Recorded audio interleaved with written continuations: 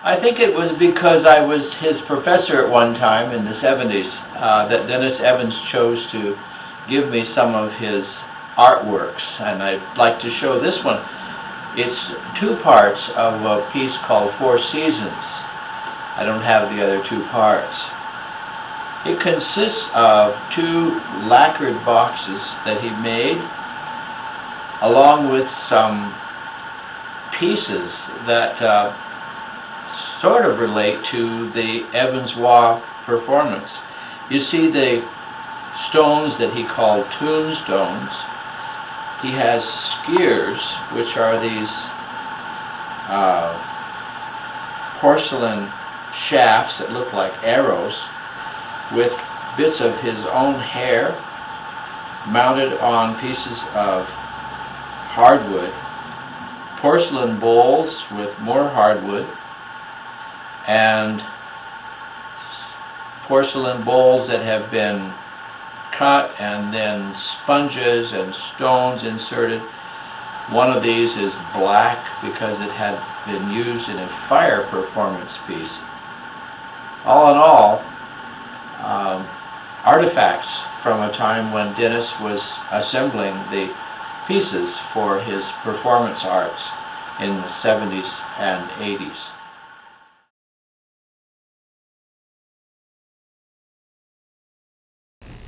Time for number 9, called Scapula. Scapula is the first of the 3 surveying pieces.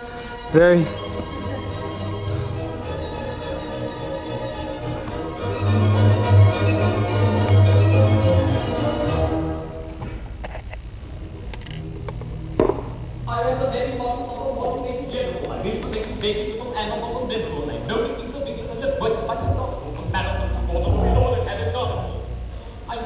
This is back to a little hermaphroditism, and the measurement devices are in the front and the water cans are in the back. But the water cans become very useful in measurements if they stay in. Now, this is another very complex measuring device, and it's virtually impossible to do here, but I'll show you a little bit. It's also subtitled Premonitions for the Ellensburg Rodeo, and you'll see why. Because these altars are, as usual, in the pond at various locations.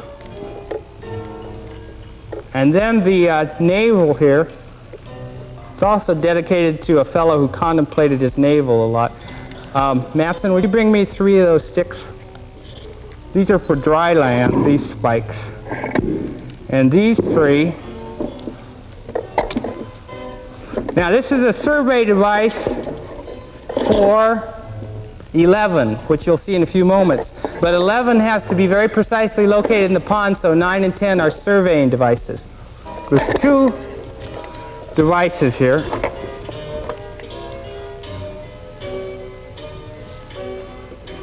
Take my cigar, please. This is probably one of the most complex. As the line stays tight, this is dropped into the water to pick up drops.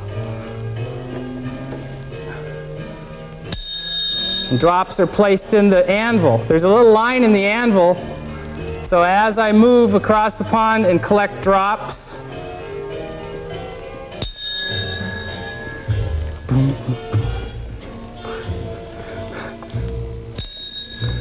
as soon as the anvil's full, I know I found the spot. Okay, we'll say the anvil's full, so we get a stake. M.A., do you want to hold that stake there?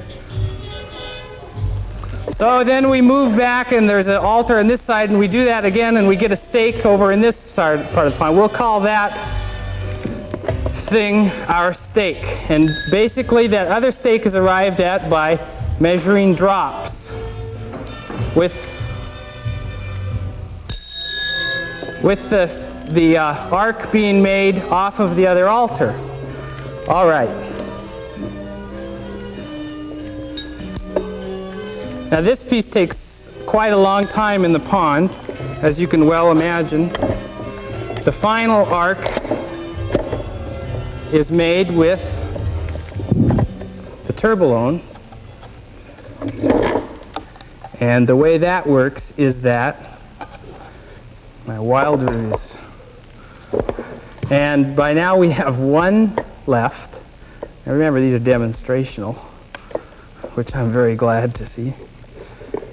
Get my tether here. Now, move in a little bit, M.A.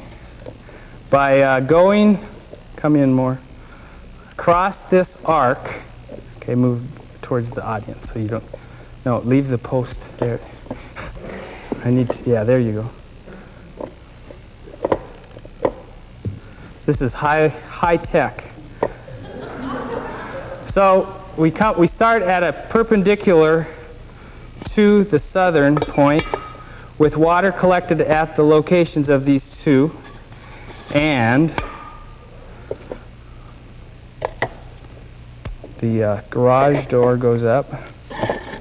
This is real.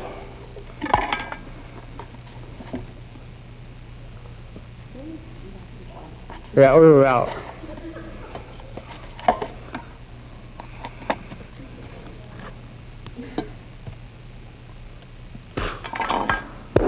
Okay, so then we start back across, leaving a stream with the turbolone, and we go back and forth across the pond with this very tight, making an arc stream.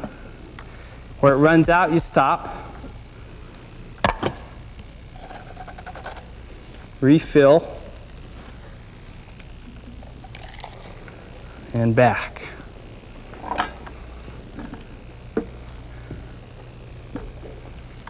Stop.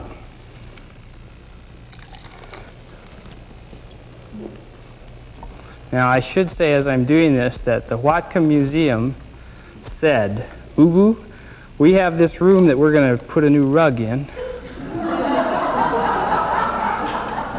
How would you like to do a piece there before the new rug comes?" So don't fret, all you trustees, this is all legitimate.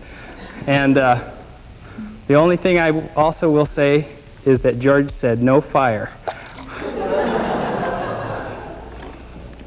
Okay, so it's back and forth until the water's consumed and the point is located for the third white stake. And that's the end of the survey piece, which leads us to the last, number 10, 1, 2, 3, 4, 5, 6, 7, 8, 9, 10, the last survey piece before the two. This is also called entropic art in that it slowly winds its way down into crumbs. Anyway, we are about to partake on the 10th, which is called stair step, and it's a sounding piece, much like the soundings that you saw in number 7, in that they go splash and measurements are taken until another point is located. Okay.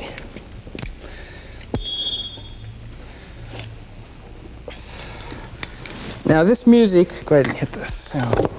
It's very apropos because, as I tell people at this hour of the day, which is 4 o'clock, 3 o'clock, things are winding down. And if you thought the last piece was slow and tedious, this one is a magnus opus. Okay.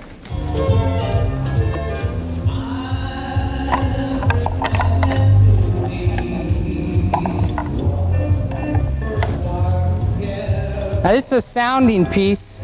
There are 10 stones in varying sizes. And basically what happens in the pond is that there are 3 altars and 3 white stakes. And soundings are taken from, I don't know if I can get this unraveled.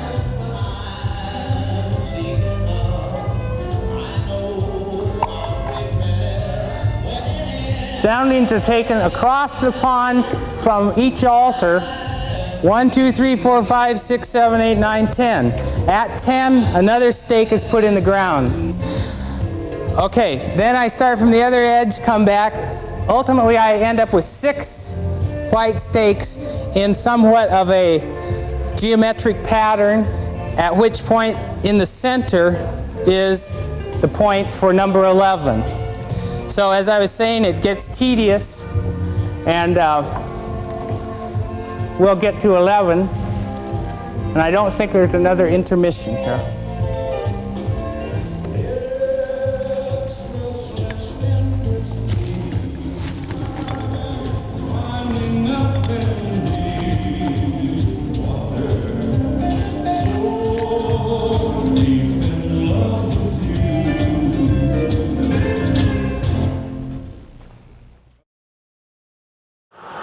Partway through this project, I decided to come out because 2 of the people in that performance actually did this artwork.